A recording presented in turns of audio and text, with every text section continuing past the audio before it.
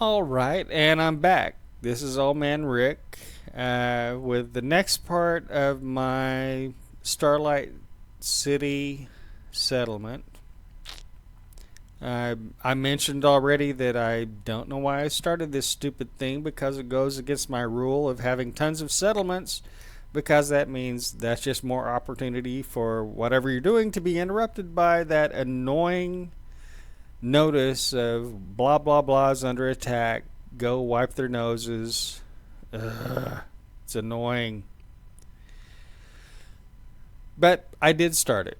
So what happened was as soon as I just got so sick of being attacked over and over and over that I finally decided, all right, I'm going to have to build security just to make that stop.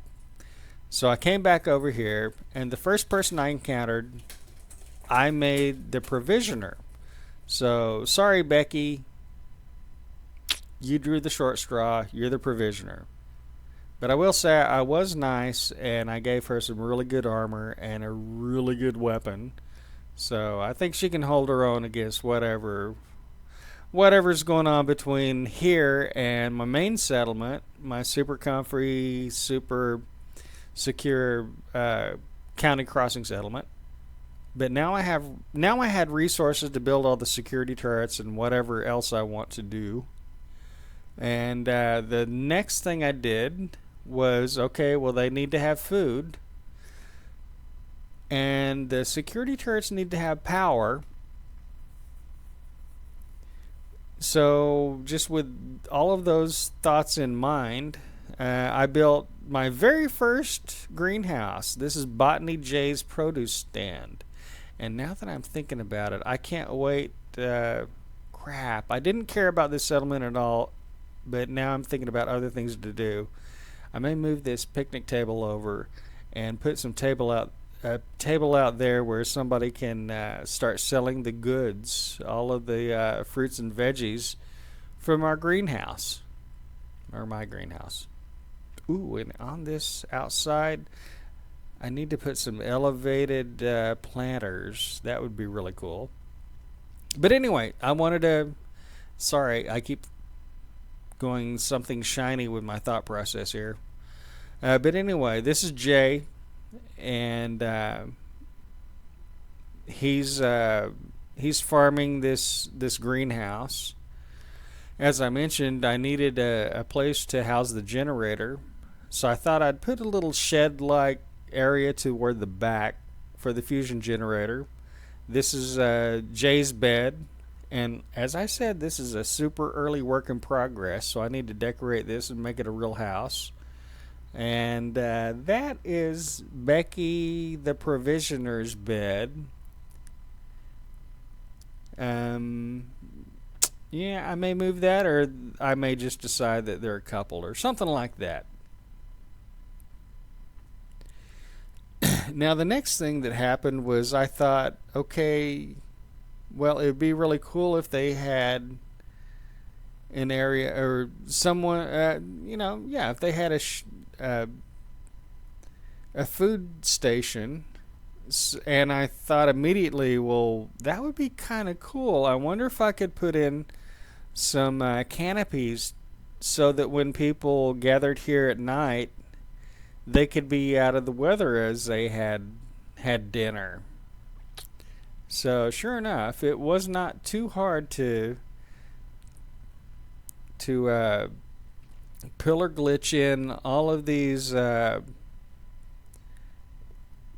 canopies and a few extra bar stools and things like that, and brought in somebody else to become the chef.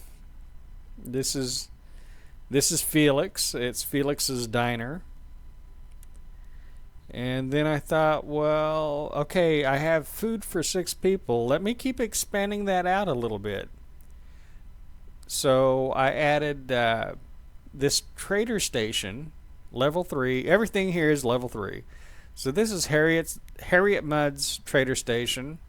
And she's got one of those super cool looking wild suits from, oops, wrong button. Wrong button, wrong button, wrong button. From Nuka World. This weird plaid patchwork looking thing. So that's her trader stand, and she has area to display some goods out here, extending underneath this canopy. And to the other side of this little boardwalk area, well, it's always nice to have someone in medical. So this is McCoy Med. I assigned Leonard to be that trader. Yeah, oh, look at that. The rugs that I had to use to glitch in the trader station. I will probably, I don't know, maybe I need to download the mod with the invisible rugs, or more than likely I'll just put a planter on that or something. I don't know. But I can make that disappear in at least a couple ways. Again, early work in progress. Coming back around to this side of the medical center. There's Dr. McCoy, and I plan on putting some goods and tables where that he would probably need. And then this is going to be the surgery area, and over here will be recovery. I have one bed there now. I'll probably add a second one. This could be a nice waiting room as I decorate. Upstairs, I have made this will be the doctor's house. It's not very big, but I could probably fit in a little bit of a living room and kitchen and things like that. That'll be fun. And back, going around towards the entrance of the settlement, here is Harriet's trader stand. I have this little extra area where she can display some more goods or supplies. And then back here, this is her house. And again, if I'm really careful, I could probably put in a living area and a kitchen area. That'll be fun. And I just hate this. I didn't want to do anything here, but I'm already, the gears are turning, and I want to build here now. Dang it. Makes me mad. And then finally, Garrick's Finery. This is a clothier. Anne Hargrave is assigned to this level 3 trading station, and she's actually level 4. I think it would be fun to,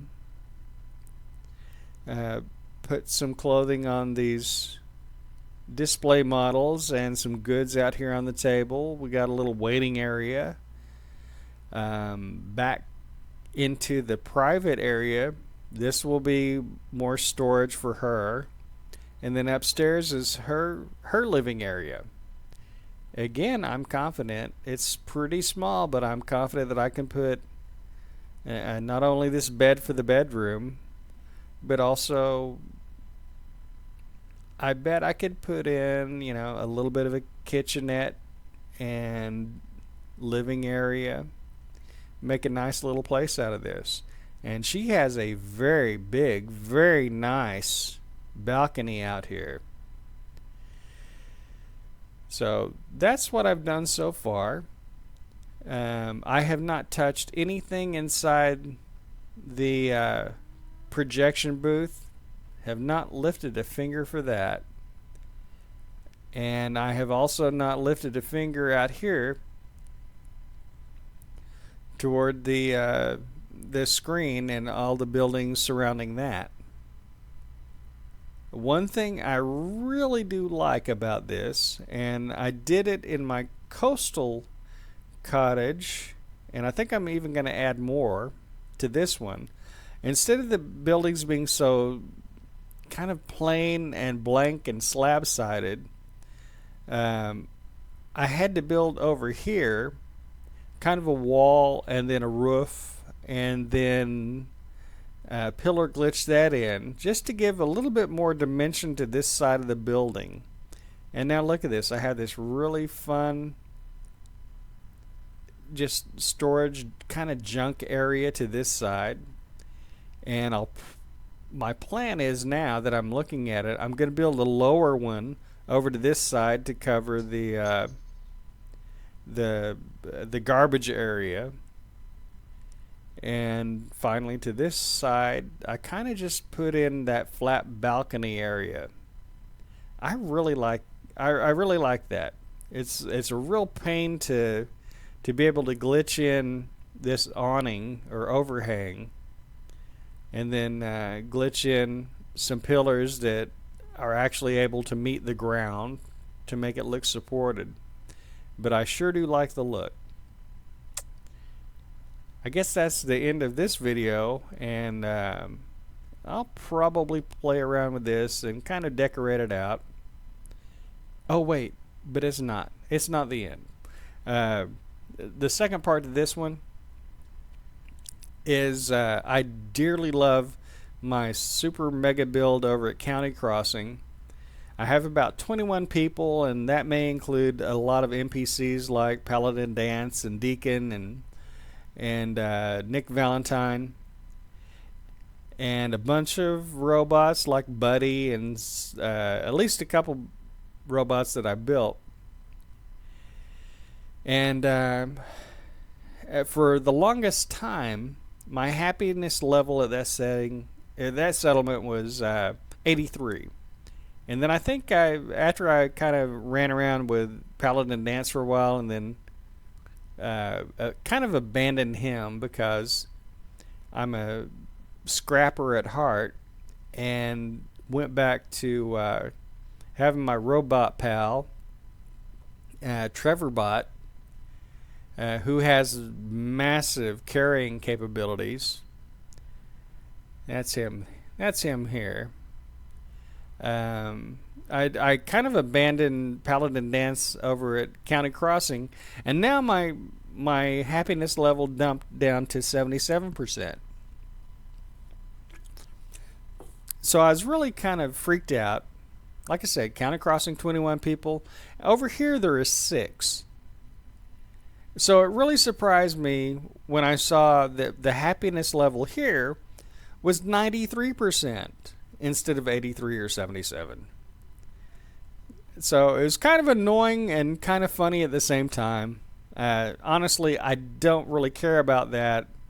It was just kind of a odd observation. As you can see, I have 6 people, 6 food, 40 water, with the water generator purification station over here. 100 power because of the fusion generator. That's way overpowered. And 195 defense. That's insane. I have 9 beds for these 6 people and 93. Now I'm up to 96%. I was about to gripe about 93%. Now I'm up to 96%. How the hell does that happen? Honestly, I can tell you why. Or actually, more accurately, Oxhorn again. I'm going to link down to a video that he put out that he has really digged into the programming that helps you determine what things help and what things harm your happiness level, if that's important to you. So yeah, go ahead and look in my description, link over to his video. It's awesome. He even has a spreadsheet you can download. And as a fellow spreadsheet nerd, I highly respect that. 96. Son of a bitch. I want to see it's even gone down. Just to add insult to injury. But anyway, you guys have fun. I'll see you in the next video. Or, no, wait. You'll see me in the next video because I can't see you. Whatever. I'll do another one eventually. Talk to you later. Bye.